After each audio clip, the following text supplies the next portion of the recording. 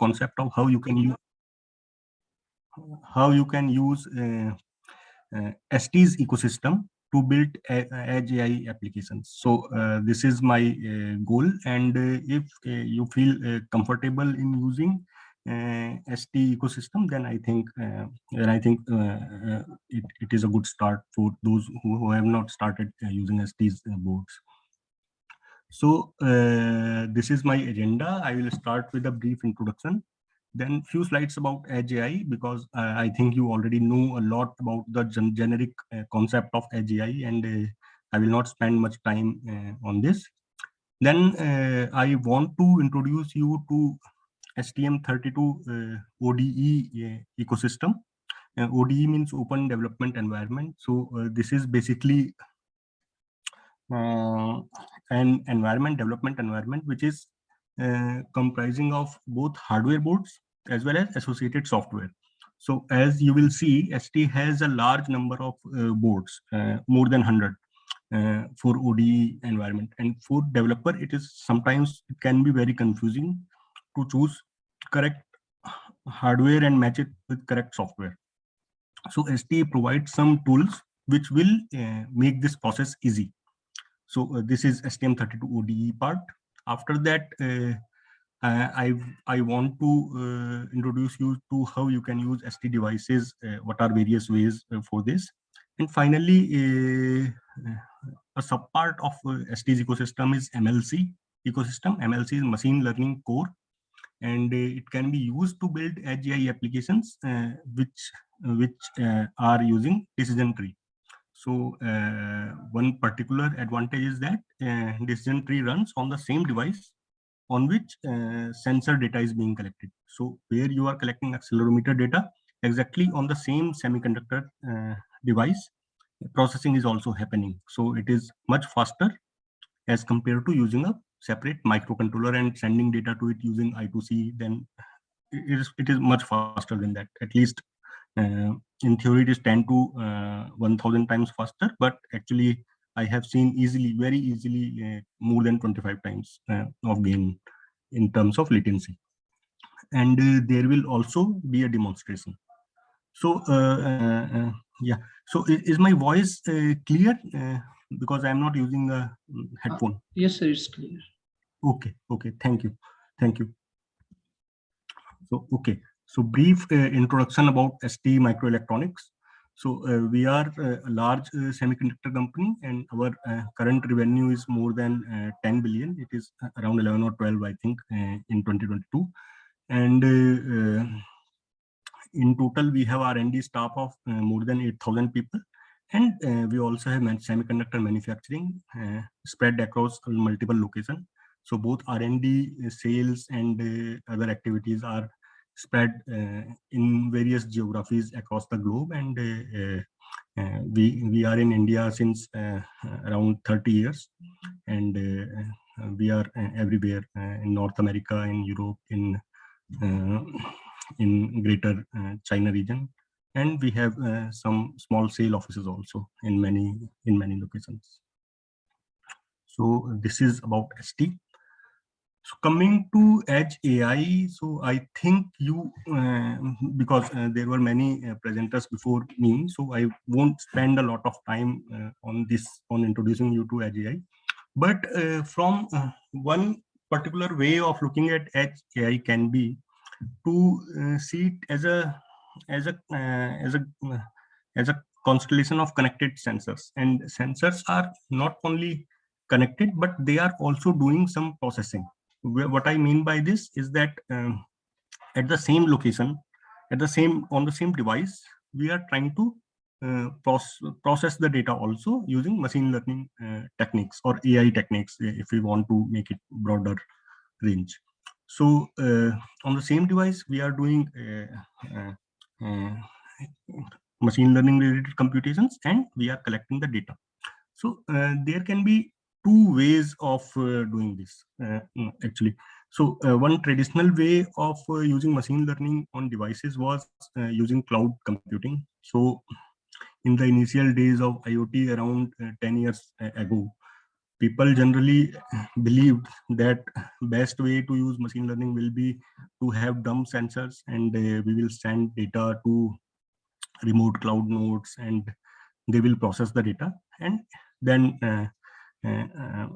using machine learning or non-machine learning technique, that processing will be done on the cloud, and then result will be sent to the end device. But this mechanism is inherently not very efficient in terms of, say, latency requirements, because it will take a lot of time to send data to the cloud, and for some applications this time may not be it may be a problem, okay, in real time situations. For example, if it is a driving car and if I am sending data about the road conditions to a remote cloud, and it is not feasible in that scenario. I cannot control the time that it will take. So for such applications, uh, using a device which is more capable and which can do the processing part on the at the same place where data is being generated is more desirable. It also has the advantage of privacy. So user may not, there are scenarios where user may not want to send his data beyond beyond his premise, and there are other considerations also, because we are using the network, so it is a wasteful way. So edge computing is definitely helpful, and an extension of edge computing is edge AI, because now we have the capability to execute AI algorithms on the device itself. Initial days of AI were mainly main work was done by cloud companies, and they developed it in such a way so that the complexity in terms of memory requirement and CPU requirement was high. So it was not possible to think about running AI application on the node, especially if it is a small board having, say, 100 megahertz of CPU power and only 1 megabyte of RAM. So it was not possible. But now companies have created technologies which are making it possible, and ST is definitely doing that. So before going into the details of ST's offering for Edge AI, I want to introduce you to STM32 ODE, which is Open Development Environment. And because ST is mainly a hardware manufacturer, and we also provide software. So ODE involves both boards as well as corresponding software and associated tools, which make it easier for a researcher to use ST's ecosystem.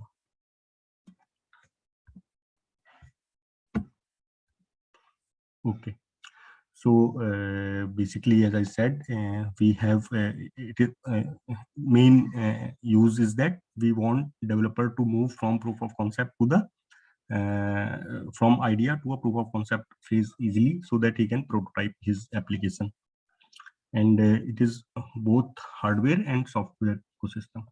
So most of the applications will revolve around processing, and they may also have other parts, for example, sensing, connectivity, and if it is battery powered device, we need some power management. Motor control may also be there. Okay, but it is important to note that all of them may not be present in the same application. Okay, and if we are putting all the hardware and software resources in one board and then sharing it to the customer, it will unnecessarily increase the cost. So it is desirable that user should be able to remove uh, the functionality which he does not need. For example, if motor control is not required, then why should user spend more effort in terms of software and hardware on the motor control? Why it should be there? Because it will definitely increase the cost. So it is a plug and play kind of ecosystem, STM32 ODE. So at the bottom of this slide, you can see there are 3 boards. So basically, the lower one is Nucleo. We call it STM32 Nucleo. So processor is STM32 based, and by Nucleo, we mean it is the central aspect, the processing part in this slide. So Nucleo board, and there are expansion boards. So expansion boards will expand the capabilities of the system. So if you want Wi-Fi connectivity, you will plug one expansion board for Wi-Fi. If you want Bluetooth Low Energy, maybe you will plug Bluetooth Low Energy also. But if you don't want any of them, then you simply don't need that board. So this is the basic concept, and there are large number of Nucleo boards. They vary in terms of their processing power, their energy requirements, and IO device, number of IO devices which they support. So there are, depending on user's requirement, he can choose a board which is most optimized for him. So and similarly, as I said, for expansion boards also it can be done. So this is the hardware part, and one other approach is that we also provide some solution boards. So as we know that generally a researcher may require a board having say Bluetooth Low Energy capability for connecting to a smartphone, and some sensors, for example environmental sensors and gyroscopes and accelerometer. So we also provide one unified board for that, for different type of requirements. So there are many solution boards also. So on the hardware side, two things are possible. These two approaches are possible.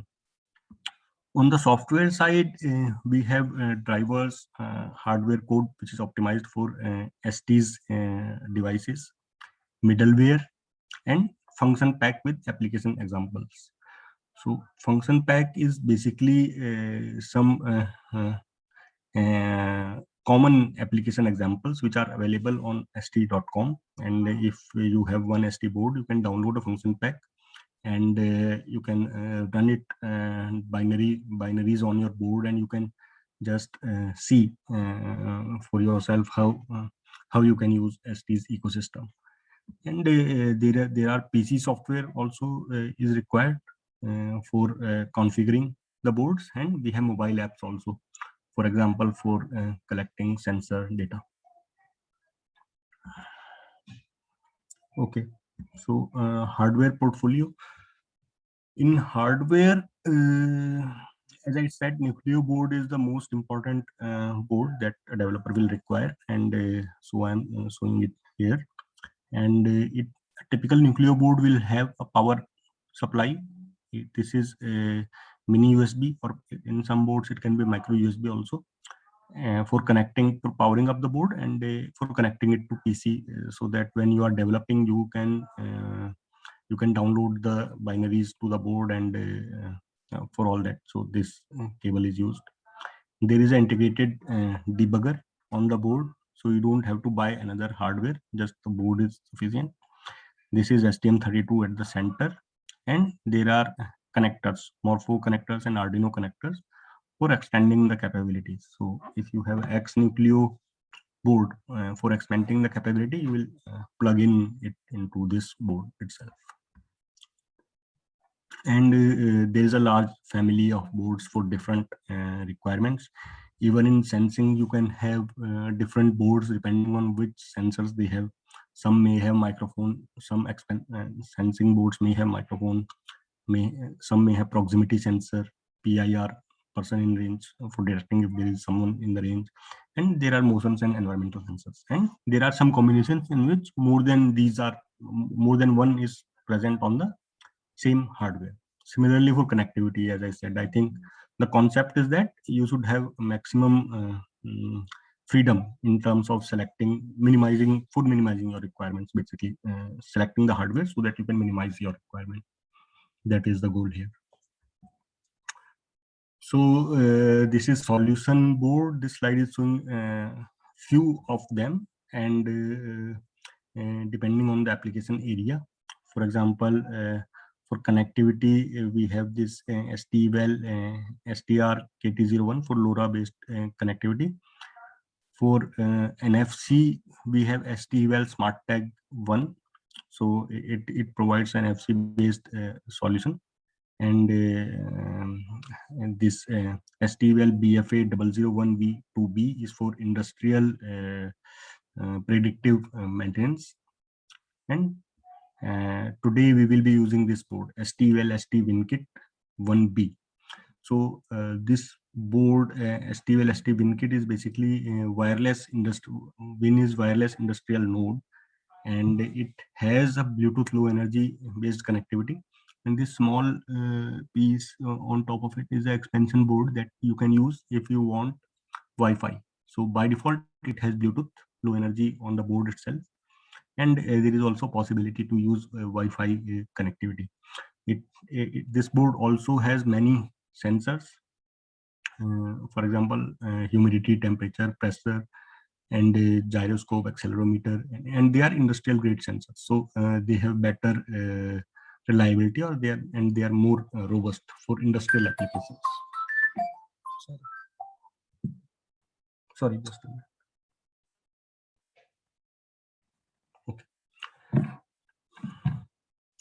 Okay. So for the firmware part, as I said, we have function pack examples and applications. So function pack examples and different firmwares you can directly download from ST's site. So a function pack is basically the topmost application layer, and this will try to demonstrate some commonly used example, some common scenarios, for example, IoT, wearable, or building automation, something like that. It may or may not come with a mobile application, because sometimes it is desirable to have a mobile application to see what is happening on the board. But in some scenarios, we don't need mobile application.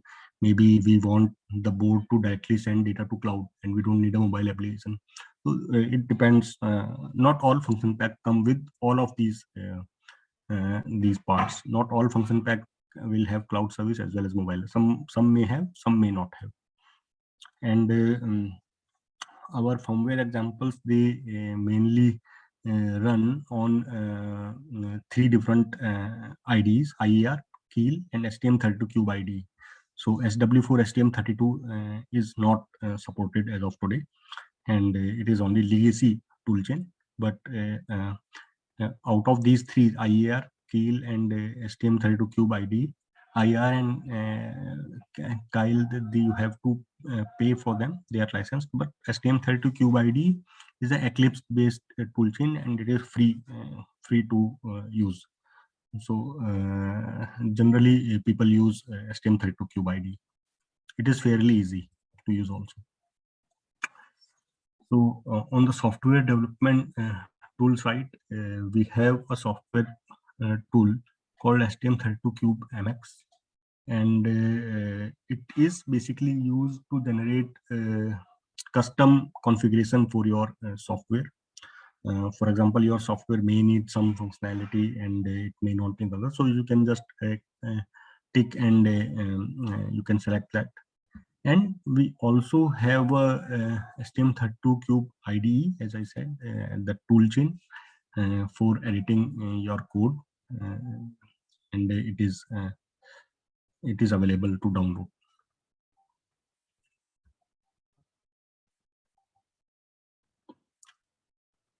Okay, so this is a software portfolio at a very high level, and because we have a large software offering, so it is not possible to, in fact, cover also everything in one presentation. But just to give you a very high level idea, we have many PC software applications, and some of them we will use today, and others you can check at ST's website. We also have specialized function packs or software for using various cloud providers, for example, AWS, Google Cloud, IBM, Microsoft Azure, and TomTom.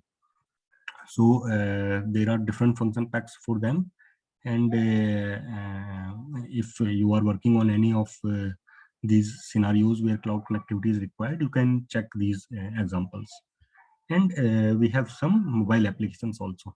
For example, STBLE sensor is used for connecting to the board that we will use today. And different mobile applications will be for different boards. So this is the concept at higher level.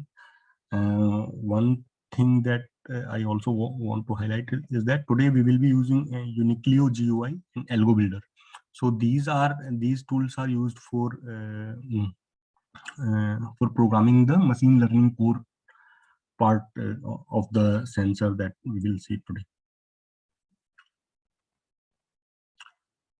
Okay, so at ST, as I said, there are many different solutions are there, and sometimes there can be more than one solution for the same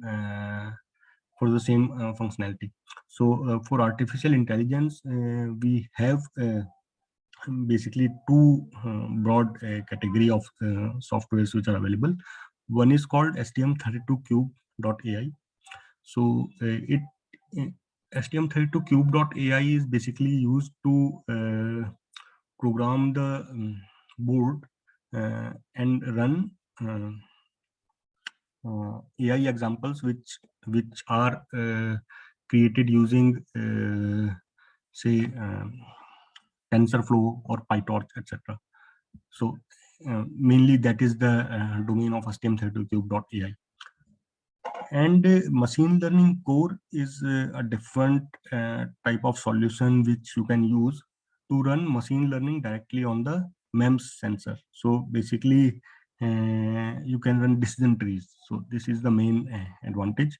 And generally, because here we have sensor and processing element both present on the same die, so latency is lower. But you cannot run neural networks, obviously. If you want to run neural network, then you need a microcontroller, and for that STM32Cube.ai is the preferred solution. We will be discussing machine learning core today. Okay, so here this slide is basically showing multiple different types of machine learning approaches that a developer can use. We have supervised and unsupervised, basically two broad categories.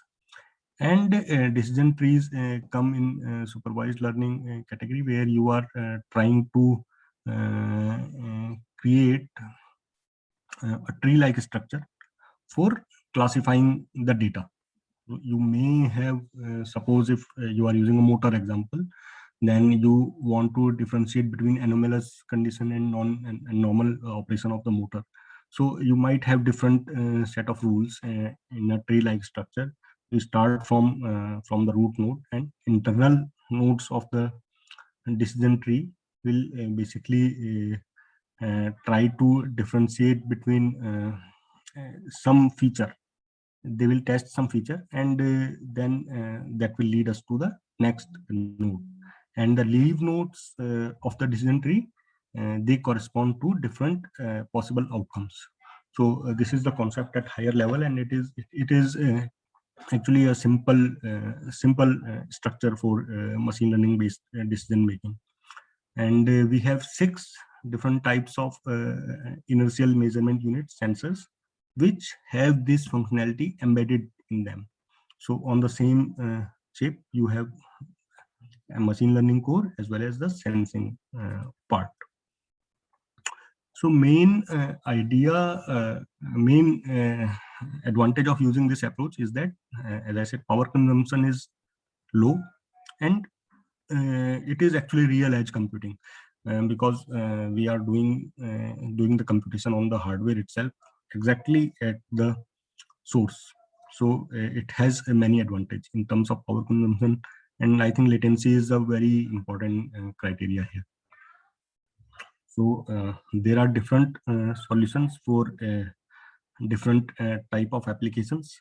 In personal electronics for activity recognitions, we use LSM6 DSO-X. So LSM6 DSO is actually a sensor, and all ST sensors having MLC on them end with X. So that is the X here. And LSM6 DSRX, this is for virtual reality based application, and ISM 330 DSCX, it is for industrial application. So these three different sensors, they differ in terms of the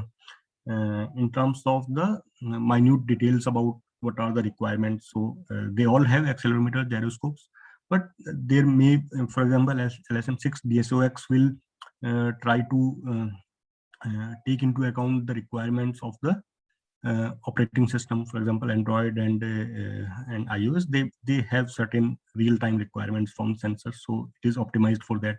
ISM 330 DFCX, it is more industry oriented. So there are minute differences, but same set of tools, Algo Builder, Unico GUI, and Unico GUI, you can use with these sensors. Okay. So Hemdad, there is one question in the chat. If you can take up that. Sorry. Yeah.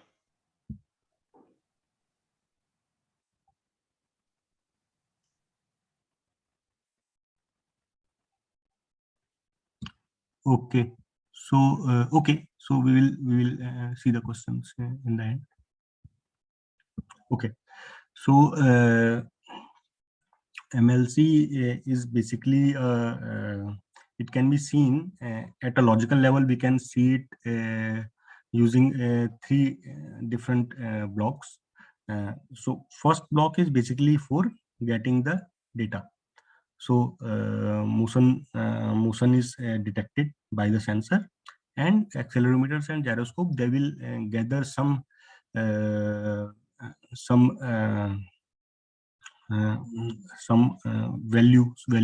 numeric values corresponding to the movement that they have discovered. Then out of this movement, we use a computation. We can get some features. So such features are collected using filters and digitally predefined features. So while using the Unico GUI tool, we have to indicate certain filters and features which we want to use. So they are basically used to evaluate the decision tree inputs at different modes. And finally, decision tree will take the decision, and it will share the result of computation with the main processor. So as you can see, we are not sending all the data to the processor. We are sending only result of the data. So if processor is working at say 100, if the sensor is generating data at 100 hertz, so there are depending on which kind of sensors we are using, we can have easily many different values, and they are computed, and finally just one value is shared with the main processor.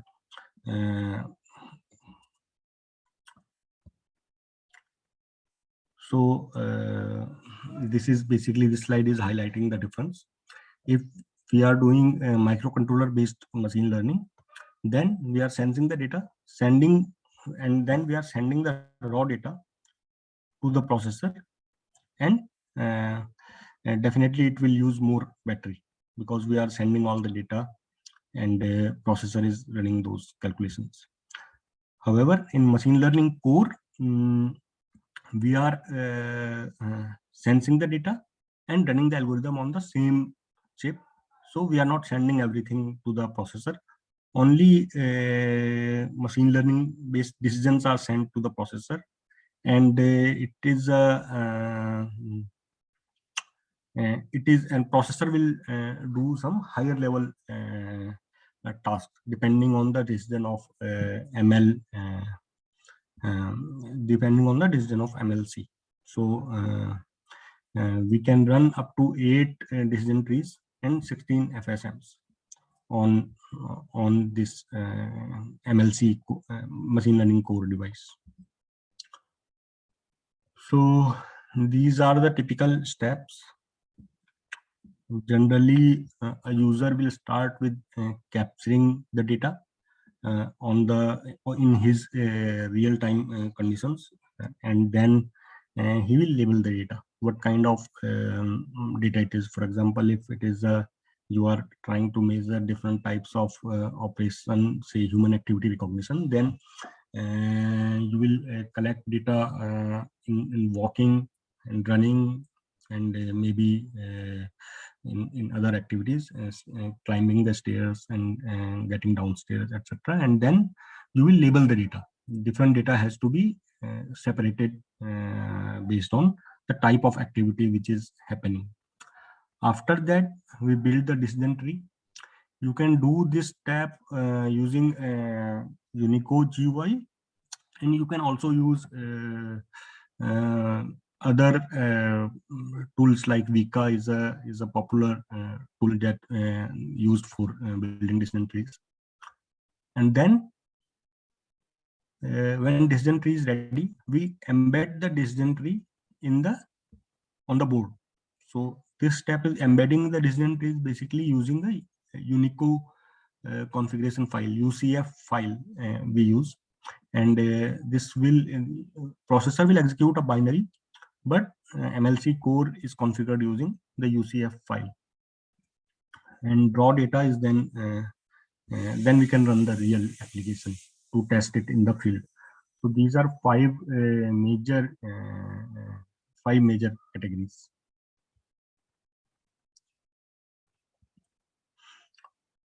Okay, so we are going to use this board today, STWin development kit.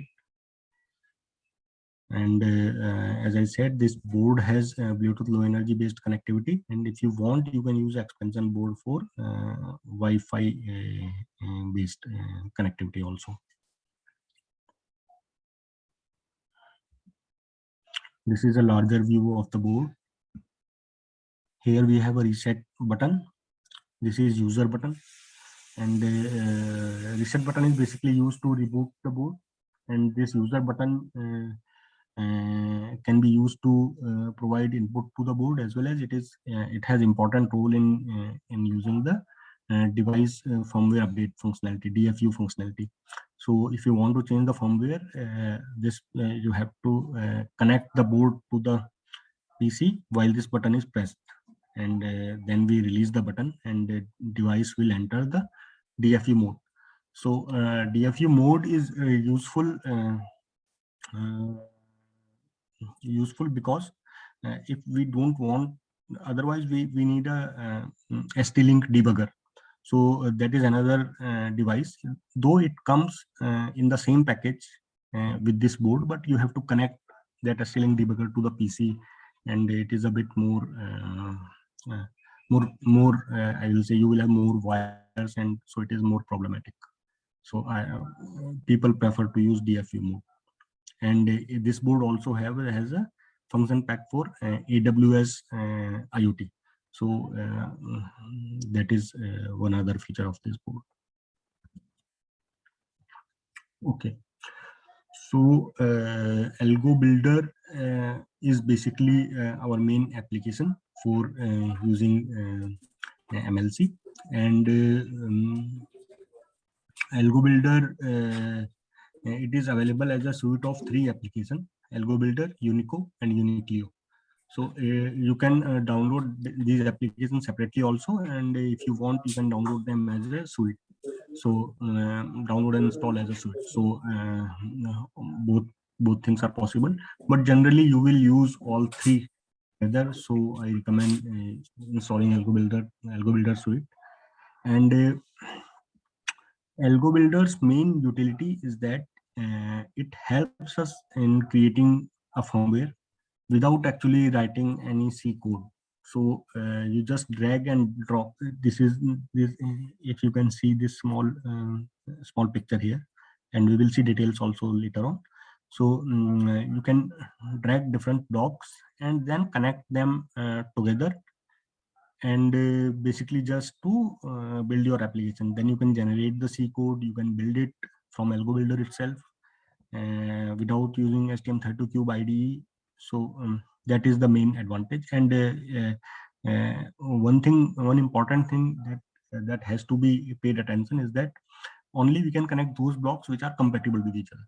So that has to be logically, it should make sense. So that is the requirement. But if it is logically okay, then we can create custom firmware for our board. So, and if required, we can also modify that firmware, but at least for prototyping phase, it is a quick method, very fast method of doing the prototyping. Then Unico GUI can be used to see the various graphs and values which are coming from sensors. And Unico GUI, not all boards support Unico GUI. So you can also use Uniclue GUI for visualizing the information which is coming from board. And one important role of Unico GUI is that it helps us in labeling the data. So in a previous picture, when I mentioned for different activities, we have to label the data, and that part can be done using Unico GUI. Then it will also help us in creating the ARFF file, which we can use with Vika if we want. And if you don't want to use Vika, we can in fact create the decision tree using Unico GUI itself. So a data scientist who is more who wants to go into more details about the application and how it can be solved, he will use tools like Vika for building decision tree. But for basic work, Unico GUI is sufficient. Then Uniclue GUI, so it is used to see information coming from the board, and this is the main use of Uniclue GUI. Okay, so this slide is showing all the three tools, what is their place in building the application. So a user will start with Algo Builder. Using the GUI, he will create a design and generate C code. Okay, so Algo Builder will automatically build the firmware, and using Unico GUI, we can create a UCF, Uniclue configuration file. So once that firmware is made, once that file is made, so initially he will not have a Uniclue configuration file. He will have only the data collection firmware, and he will collect the data, label the data using Unico GUI, generate a UCF file, and then create a new firmware. So that firmware can also be created using Algo Builder. And then that firmware is compiled and it is put on the board. We download the firmware on the board, and then using Uniclue GUI, we can see how our firmware is performing. Is it actually doing the task, or there are some errors, or some by error I mean misclassification. So if something like that is happening, then we again go to the design phase. Maybe we change some parameters somewhere, and or maybe we can change the machine learning algorithm. For example, the decision tree might be created using a different set of features, so things like that. So it is a machine learning is a iterative process. You cannot just create a solution on paper and then expect it to work. Usually that does not happen, and it is experimental approach. So these tool chains support the experimental way of working with machine learning. Okay, so this slide is showing the setup that I will use today. Okay, so this is a custom setup that I created, and so basically because we are using, I'm trying to show you accelerometer sensor. So I have a fan, a very small fan, which is connected, which is actually battery powered. This is the button, and when this fan it rotates, this box will vibrate, and this board ST WinKit 1B I have pasted it on top of the board. It will try to measure the vibration when fan is rotating, and based on that vibration, we will see how we can know the what is the fan speed. So this fan can work at different speeds, and we try to measure the speed.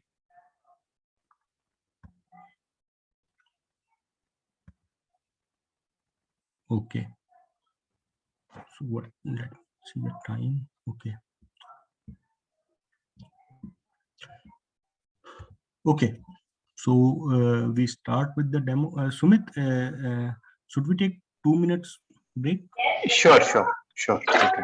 We are taking only 2 minute break because I think time is not much. And, but I think 2 minutes break for everybody. After that, we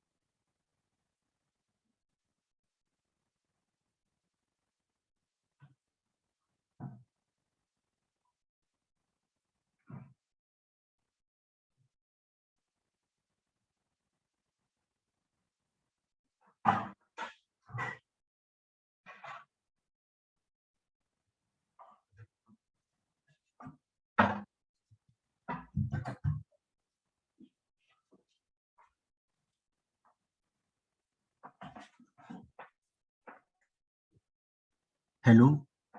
So we can start. Yes.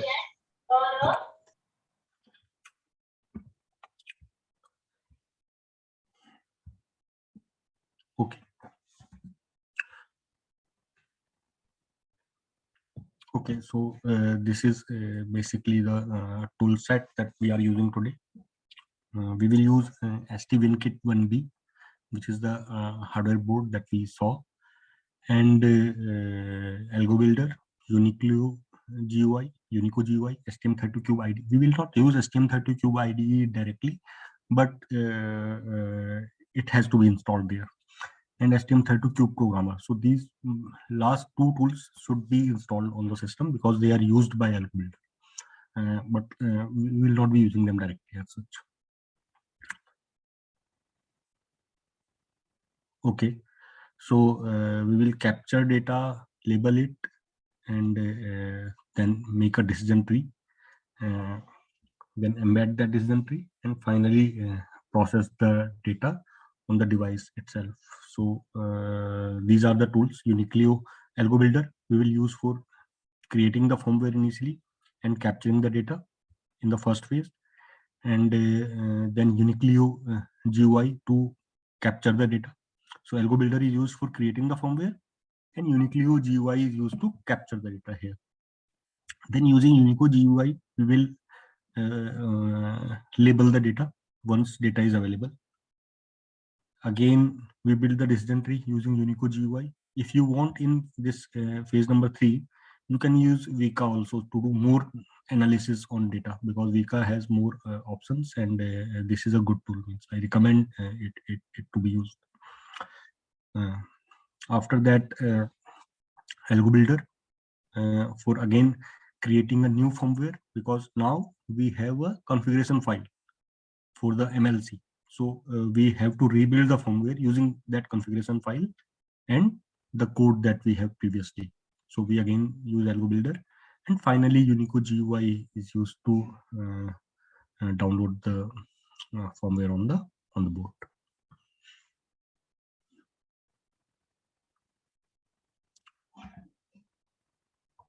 So practical example. So it is better. I have actually many slides, but I don't want to. In this part, I will be showing you directly the tool. I think that is more explanatory. Okay, so I have to share my screen again. Just a second.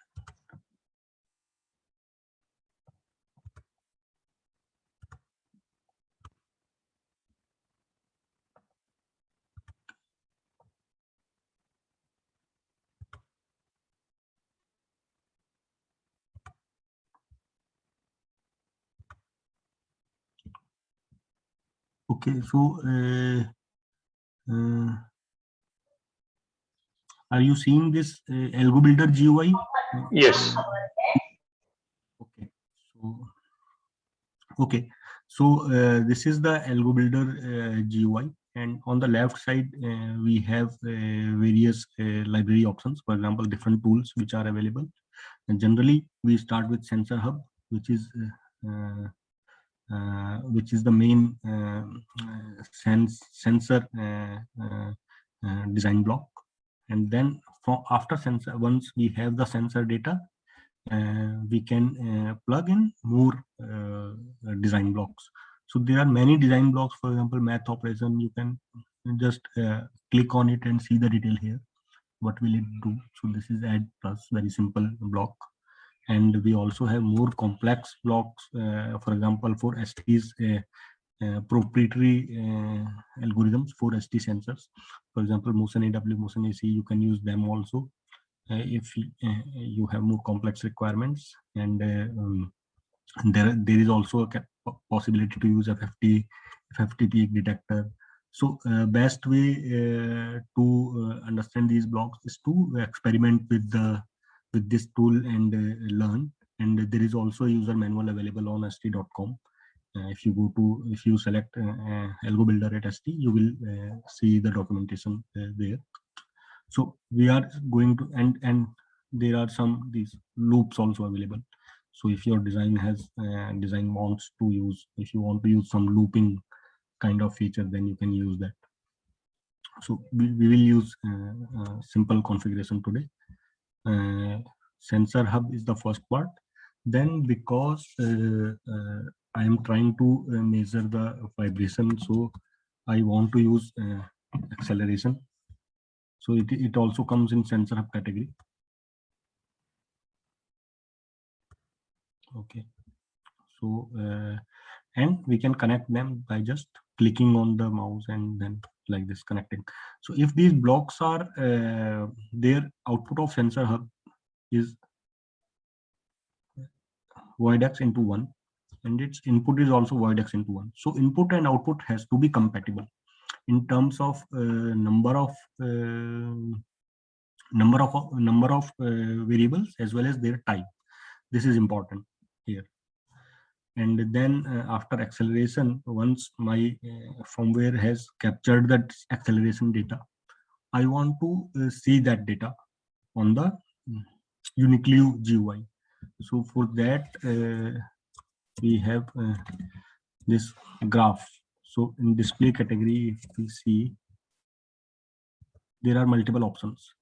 You can use different types of graphs also, bar graph, okay, logic analyzer, different type of, and value you can also use, but we want to use the graph. So suppose, because we will have three different x, y, and z, three different acceleration values, and I want to see all of them. So this is the use of graph. Okay, and graph has to be configured correctly. For example, we are using accelerometer today. So this is zero axis position. These are position of different elements. So auto scale I want on. And for sensor hub, similarly, we have to configure this sensor block also. So data rate, this you can edit. And one important thing to remember is that MLC operates at a maximum data rate of 104 hertz. So this is the maximum data rate that you can use. And because the fan that I am using it rotates very fast, and I want to capture minute details, so I am using 104 hertz data rate. But for certain applications, for example, human activity recognition, lower data rate is also okay. So it is 104, you can use 52 or 26. Even 26 is okay for human activity recognition. But for industrial type of vibration measurement, a higher data rate is desirable. Otherwise, we will miss the minute details. Okay, then we have to save our design. So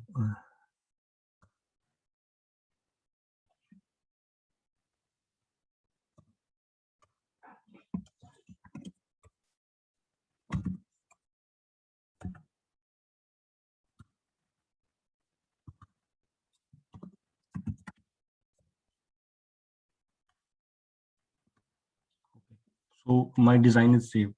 So basically what this design is, okay, design is basically an XML file. So you can see my, please confirm, you can see my entire desktop. I am showing a window. So Yes, sir. Yes, sir, it is visible. Okay, it is visible. Okay.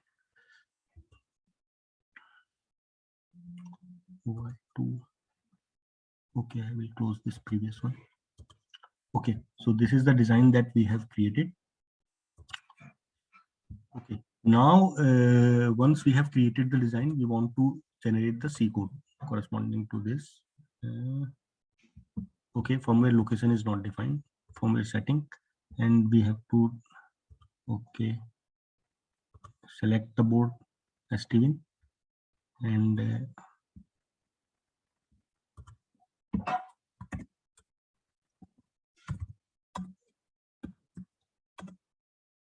okay, so this is the firmware configuration. We are going to use STM32Cube IDE, and we have possibility to use different hardware configurations also. You can, if you have a Nucleo board, you can use Nucleo, and this IKS0182 is basically for sensing, and it has an advanced version, latest version, IKS01A3. So if you have that, you can use that also. Sensor tile is another possibility. We are using STWin today. Okay, and this is the code. Okay.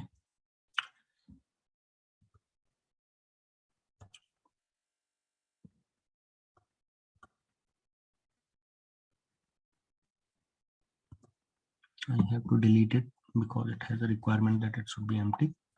I will once again save the design.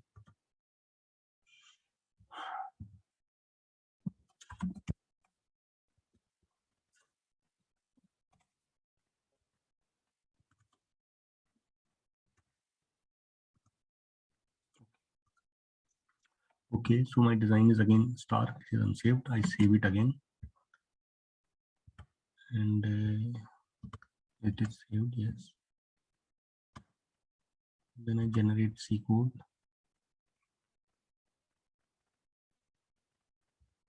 Okay, on the console, it has code generated successfully. And if we go to the folder, we will see the code. So previously we had only design, now we have the code. And in the project folder, we have projects auto-generated for different tool chains. So because Cube ID, you have to be careful about the board that you are using. because it will generate everything by default. So STWin, and if you want, you can double click on it, and we can, maybe it is good to just see the code.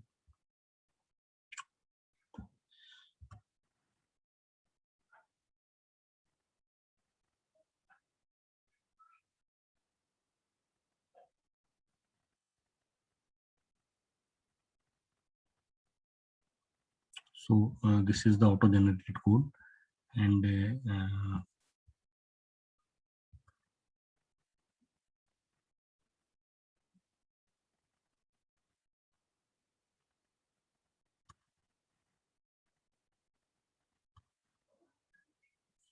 okay. So if you want, you can browse the code, and you can see how to modify it if required. But mostly for data collection task, it is not actually required. Okay. So closed. Okay. Closed. So firmware code is generated, and I will build the code. So it is actually internally using STM32Cube IDE to build the project. So all files will be built one by one, and it will generate a ELF format, both binary .bin and .elf.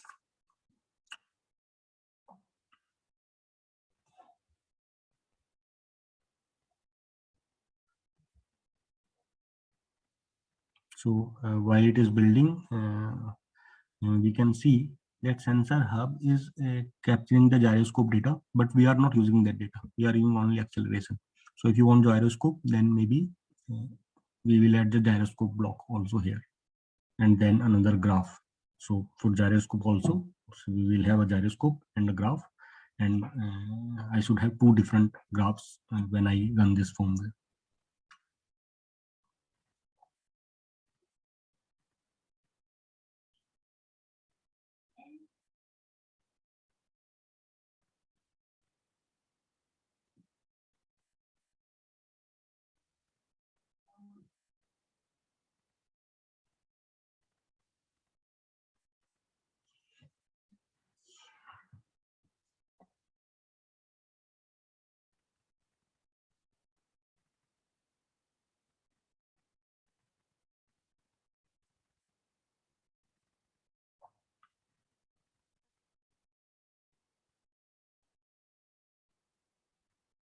Okay, so it has built the ELF, and if we want to check it,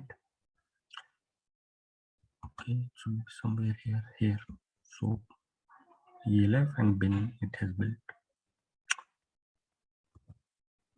Okay, so now firmware is built. So what I should do now is to run the firmware on the board, to download it on the board, and so I'm connecting the board to the PC, and here I have to press the user button so that firmware will enter device firmware update mode. And once when USB is connected, I leave the user button. Now firmware should be in DFU mode if the procedure was correct. If it is not, then again remove the wire and connect it again. So that is the way. And I'm programming the target. If it is in the DFU mode, it will program it. Okay, so firmware is programmed, and with the new firmware, and so it is rebooting the board and initializing. Algo Builder is initializing its own configuration. Then I run Uniqleo GUI application. Okay, so this is Uniqleo GUI, and it has detected that STWin kit is connected. So that is, if you connect some other board, you will see some other picture here. So it will automatically detect the board, and we can start. So by start, I mean the data capture.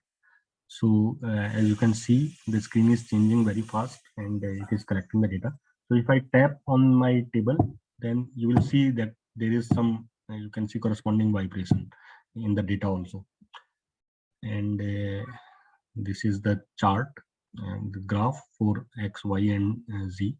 And for Z, you can see that it is 1G as expected because gravity is pulling the board downwards. And in X and Y direction, there is very little, very little. So if I catch the board and move it in, say, in the direction in which I am sitting, then it changes like this. And if I move it parallelly in another direction, then you will see some other type of vibrations. And okay, so now fan is off. So we are supposed to collect data corresponding to different configurations. So we want to suppose we decide that we want to differentiate into 3 categories: fan off, fan speed low, and fan speed high. So we have to collect data for 3 different operating conditions. And when we run the algorithm, then in same configuration we have to run it. If you change something in runtime and data collection time, then there may be inconsistency in the result that you will see. Okay, so for collecting the data, we go to data log, acceleration. Okay, 11th January.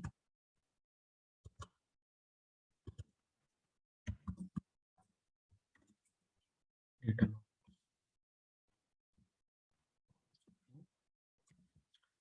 So ideally, you should collect data for at least 1 minute. Let's see.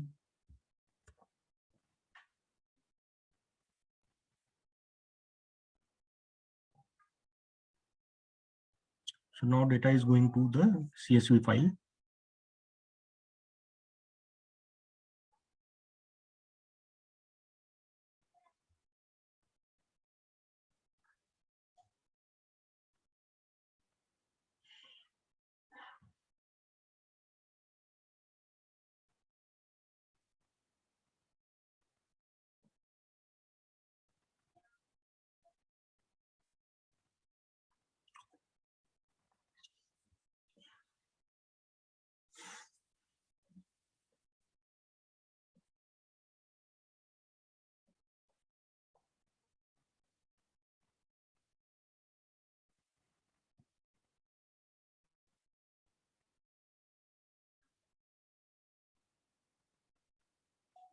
Okay, I think this much is also enough because we have to do 3 data collections. Okay, now I'm turning on the fan and it is at its lowest speed. So I have to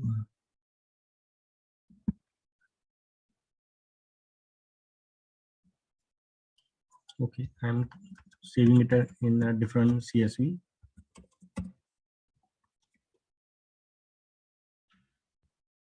Okay, and I start. So this is for second. So maybe we will collect for say 45 seconds. I think that should be that is low, but at least okay.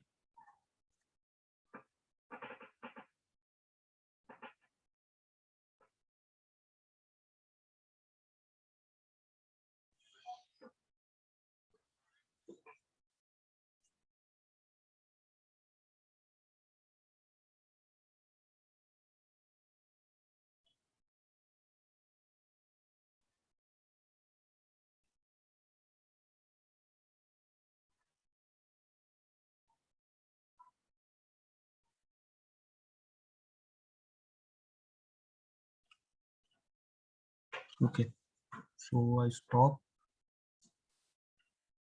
Now I will run the fan on highest speed. Okay.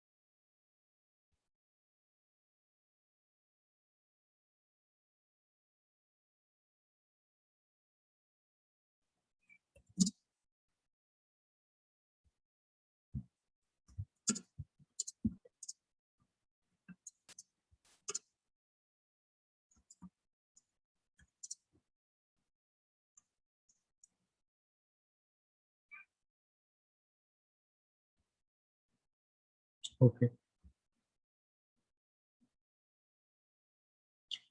Okay, so I think data collection is okay, and we exit the Uniqlo GUI. Now we need the Unico GUI app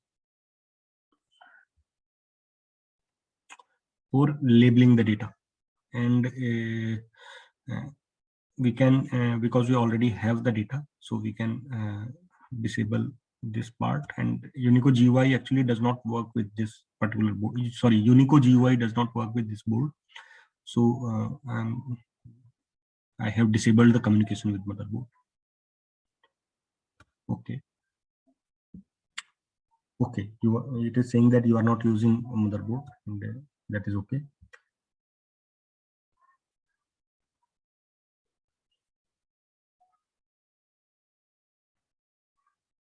You should see, we'll see here.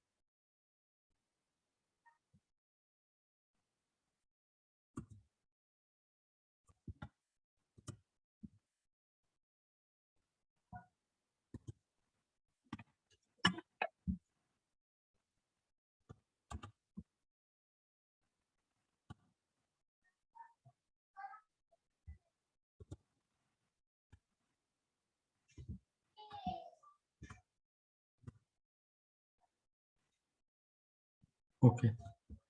Okay, so we have to select ISM 330 DHCX, this sensor. Then it will select all the then it will show us all the blocks which are applicable to this board. So maybe last time I selected the wrong sensor. So ISM 330 DHCX, this is the sensor that we are using on this board. Then I go to MLC, and I have to now I want to create a ARFF file. So I will browse. I will label the data first.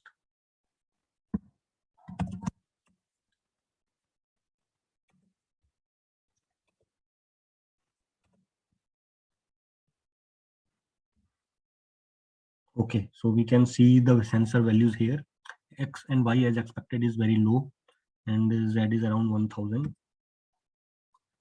So this is the label that I am using. Fan off. Okay.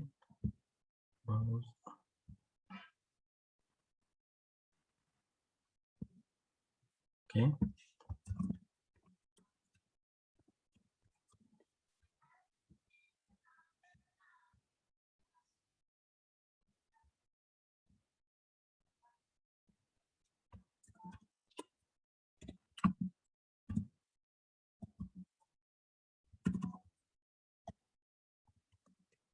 No. Okay, so data is here, and I have to see the configuration for generating the ARFF file, which is actually input to the next phase. So this is the sensor. We used 104 hertz. So MLC I'm also setting to 104, and the full scale that we used was 4G for accelerometer, and ODR was 104. So we are matching that here. Decision trees, I want only one. Window length, say I want to keep it same.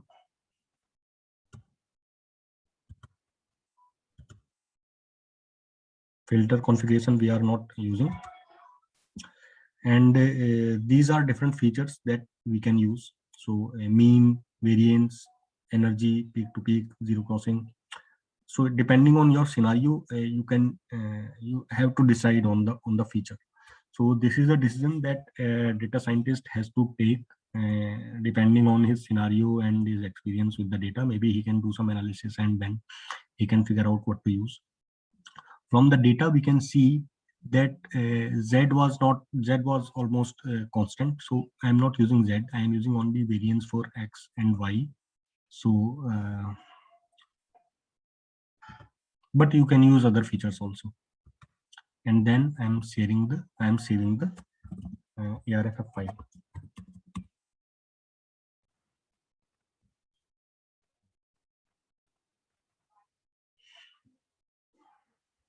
Okay.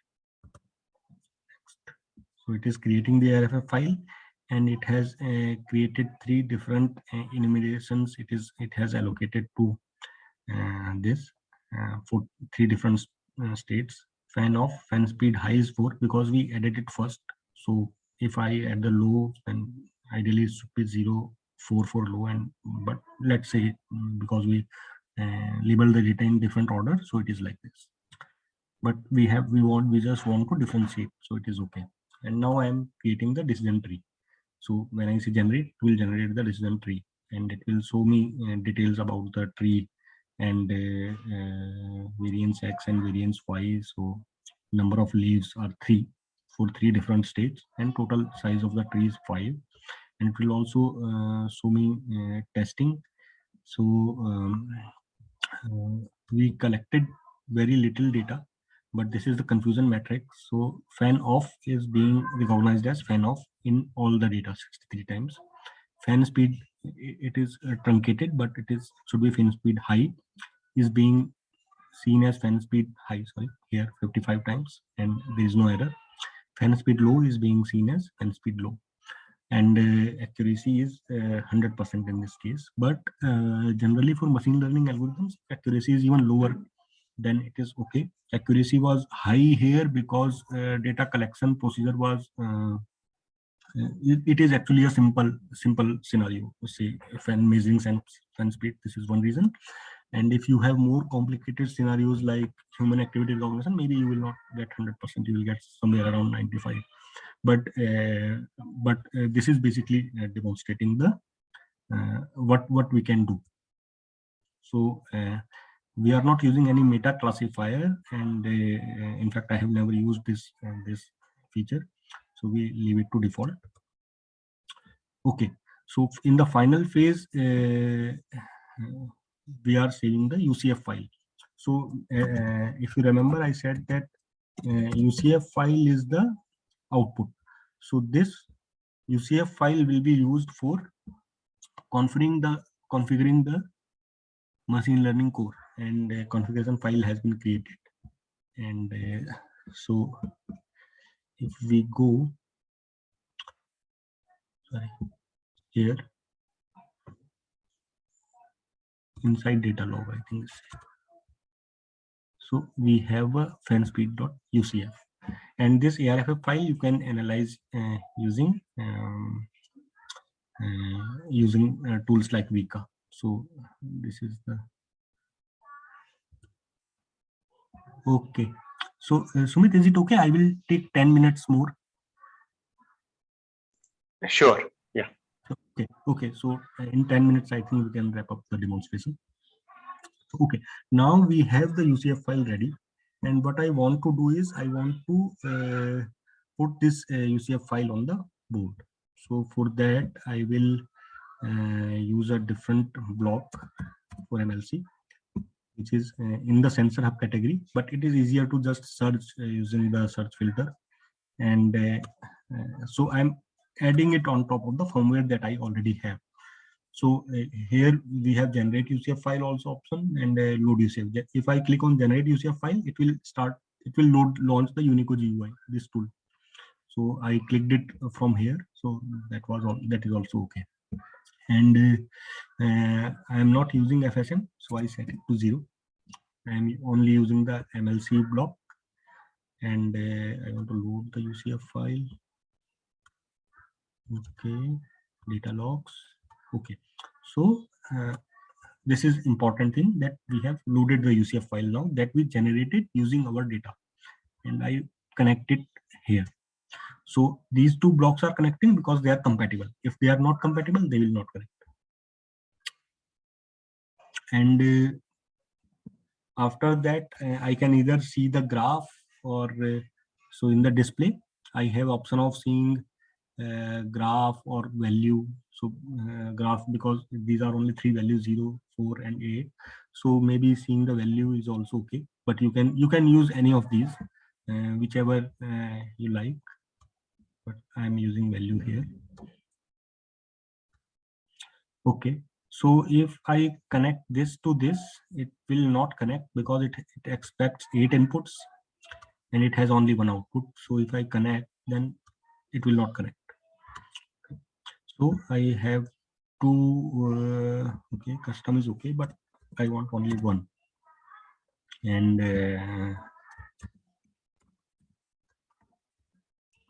state. So these are just tags to show in the UI, and they don't have, if I keep it values, then it will remain value, or whatever you keep it, it will be seen like that only. So now it is connecting, and my design is unsaved, so I am saving it again. Okay, and now I again generate the C code. So C code generation finished instantly because there was little code, and then I again build the firmware. So it will only use those files which have been modified. Okay.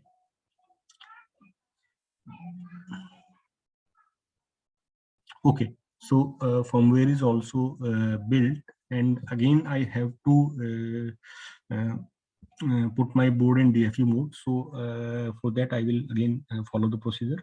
Press the user button, then enter the USB cable to the board, and leave the button. So firmware should be in DFE mode now. If you don't press the user button, it will not go into the DFE mode. So it will not be possible to update the firmware. So DFE mode is important for updating the firmware. But once firmware is updated, we can use it normally. So now it is loaded. Okay, it is doing something. Let it finish. Okay, and now I launch the unique Clio GUI. Okay, so this time we are seeing fan state also. Okay, and if I see the user message, it is saying that successfully initialized. So that is okay. I start. So data capture has started. Okay, and fan state is 0 because it is off. So if I run it at speed, so it is now running at low speed. It is saying 4. Okay.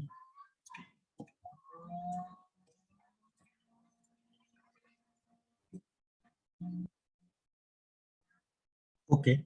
So there is some confusion between fan speed 4 and 8. If I turn it off, then it should at least stabilize to 0. So as we can see, when we are running this solution, it is not able to differentiate between fan speed. So 4 was actually fan speed high, and in both the scenarios, it is saying 4. So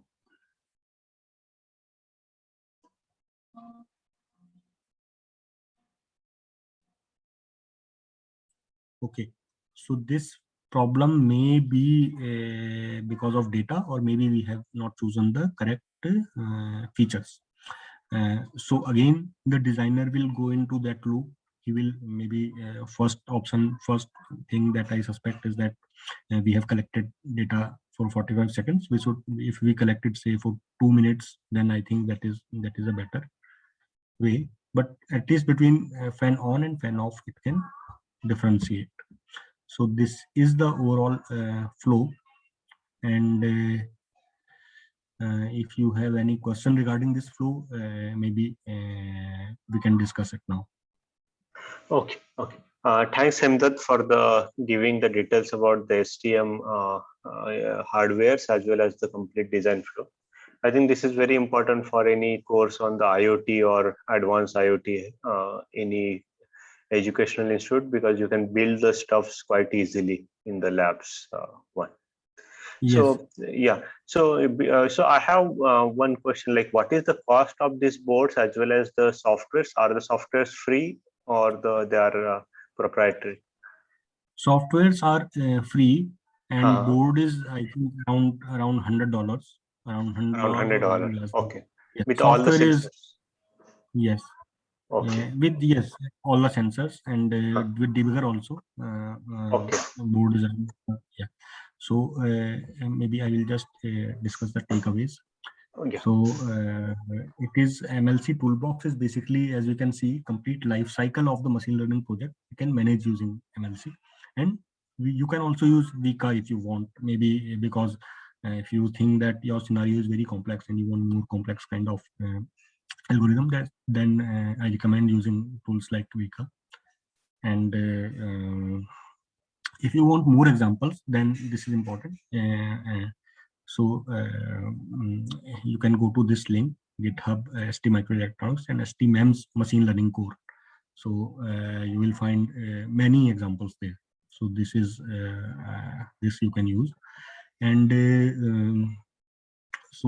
basically, to create efficient edge AI applications, you can use this toolchain, and it will you can start with a prototype in at maximum few days. So once you have the board, so this is important. You don't have to wait to write any code, and you can just start in few days, and maybe you can create a better solution in lesser time using this.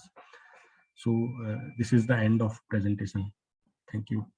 So there was a question regarding power. Okay. There was okay. So slides. Okay. Okay. Sound problem. Okay. So power consumption using STM environment. Is it theoretical power consumption or practically in some scenarios? So regarding this question, is it theoretical? Akash Tyagi? Yes, am I audible? Or, yes.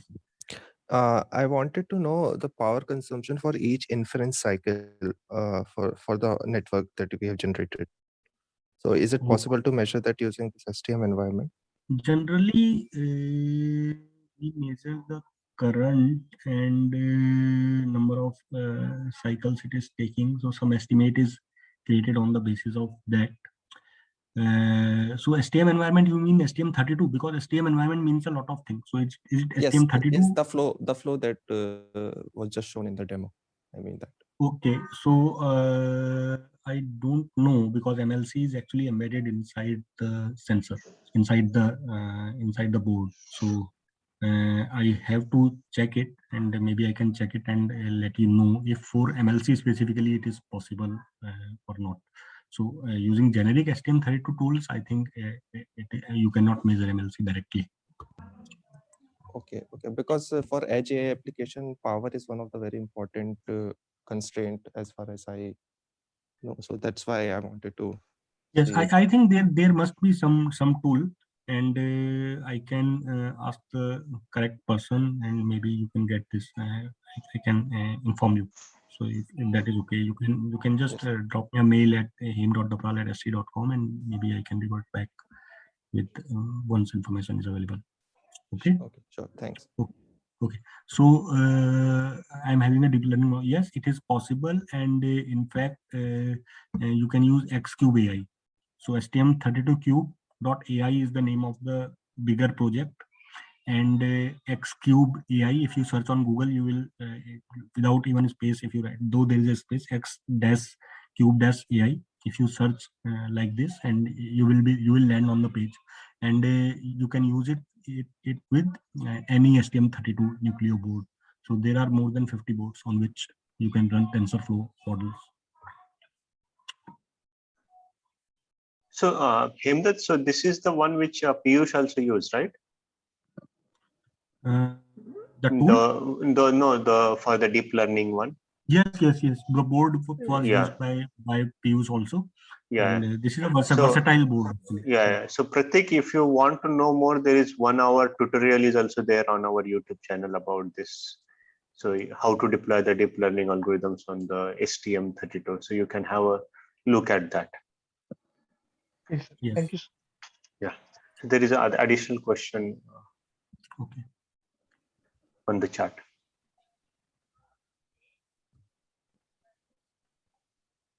Yes, it is inside the sensor, and this is the accelerometer and gyroscope combined. So MCU is a separate unit. MCU is not on the sensor. So MCU is connected to ISM. So MLC is inside ISM 33D0DHCX. So within that we have MLC, and in fact we have ISM 330DHC. without X, that has only sensor.